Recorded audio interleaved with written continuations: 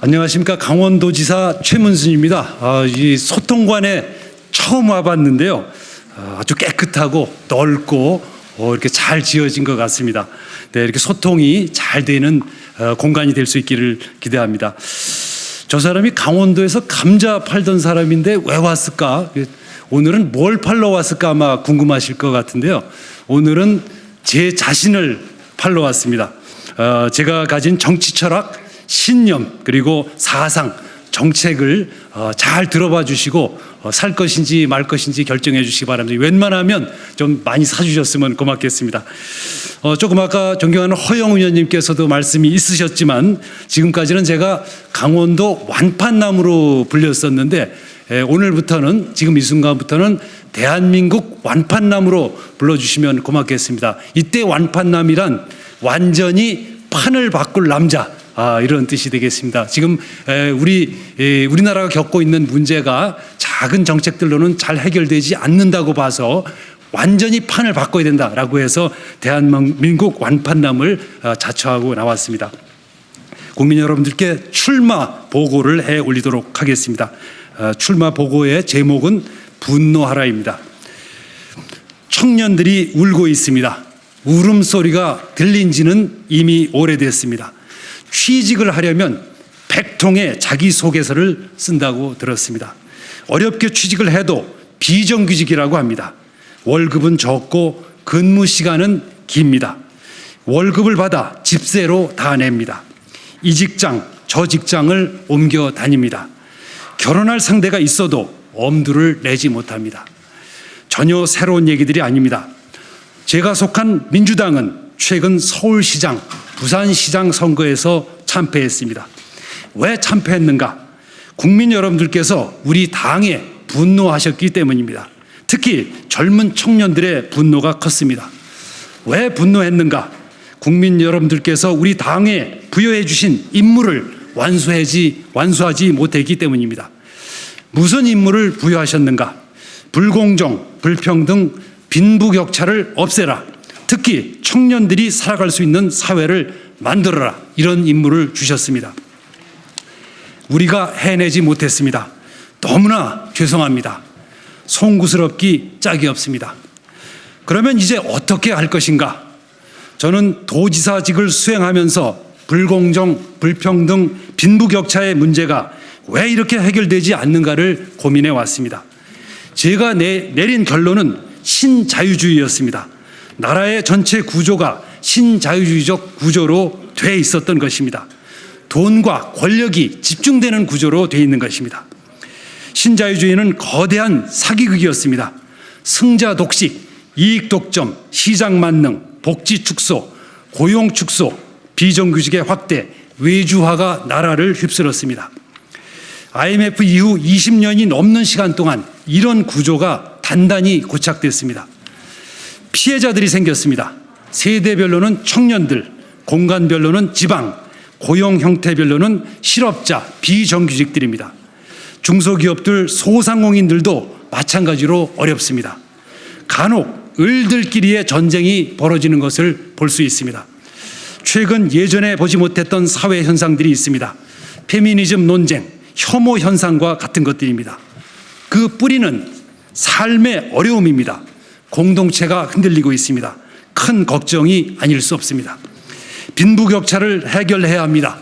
지금까지 누구도 해결하지 못하고 있습니다. 제가 해결하겠습니다. 제 해법은 고용국가입니다.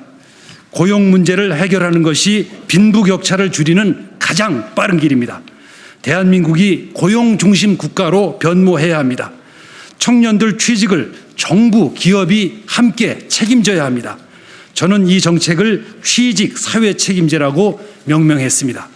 강원도에서 이미 시행해서 큰 성과를 거두고 있습니다. 고용이 빈부격차를 해결하는 유일한 길입니다.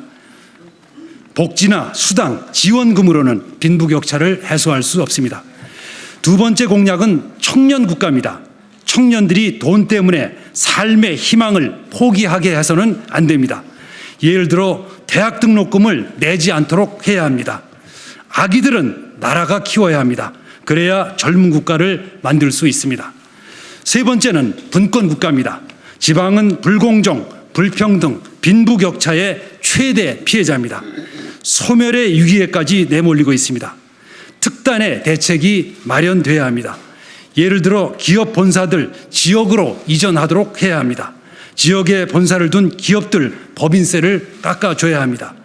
지역에 본사를 둔 기업들은 심지어 상속세까지도 면제해 줄 정도로 파격적으로 지원해야 합니다. 지역 대학들은 벚꽃 피는 순서대로 문을 닫는다고 합니다. 지역 대학들부터 등록금을 내지 않도록 해야 합니다. 네 번째는 평화국가입니다. 남북은 형제입니다.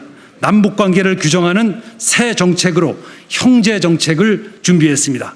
서로 독립적으로 살면서 서로 돕는 관계를 말합니다.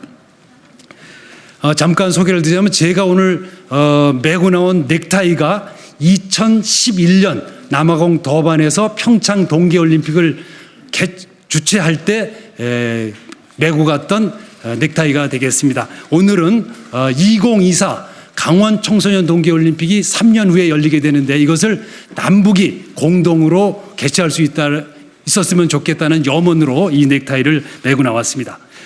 다섯 번째는 디지털 국가입니다. 대한민국 국민은 모두 디지털 정체성을 가져야 합니다. 매일매일의 삶이 디지털 공간 안에서 이루어지는 나라가 될 것입니다. 자랑스러운 민주당의 당원 동지 여러분, 우리는 민주주의를 쟁취하기 위해 삶을 걸었던 사람들입니다. 당원 동지 여러분들이 너무나 자랑스럽습니다. 당원 동지 여러분들에게 큰 자부심을 느낍니다. 이제 우리가 빈부격차를 물리치기 위해 다시 일어서야 합니다. 우리가 국민들과 함께 분노해야 합니다. 함께 울어야 합니다. 민주당의 국회의원, 도의원, 시의원, 군의원님들, 도지사, 시장 군수님들, 우리가 마음 먹고 결정하면 할 수 있습니다. 우리가 죽을 힘을 다해야 합니다. 우리가 본래 있던 곳, 가장 낮은 곳으로 가야 합니다. 빈부격차를 해결할 사람들은 우리들 뿐입니다. 진정성이 필요합니다. 꼭 해야 합니다. 그리고 할 수 있습니다. 존경하는 국민 여러분, 제가 가진 정치 철학이 인간의 존엄입니다. 인간은 모두 귀한 존재입니다. 대한민국이 존재하는 이유도 국민들을 귀하게 하기 위함입니다. 빈부격차 없이 국민 한 분 한 분이 모두 귀하게 여겨지는 국가를 만들겠습니다. 인간의 존엄, 인존 국가를 꼭 만들겠습니다. 고맙습니다.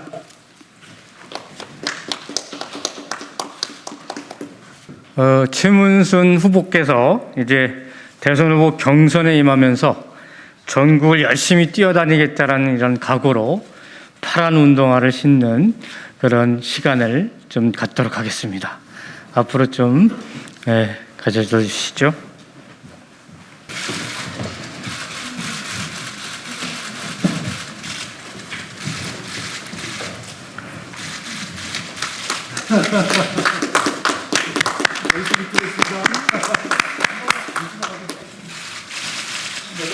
여기 가세요.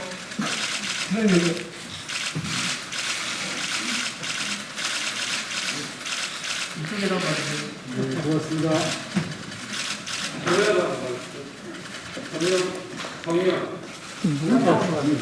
다른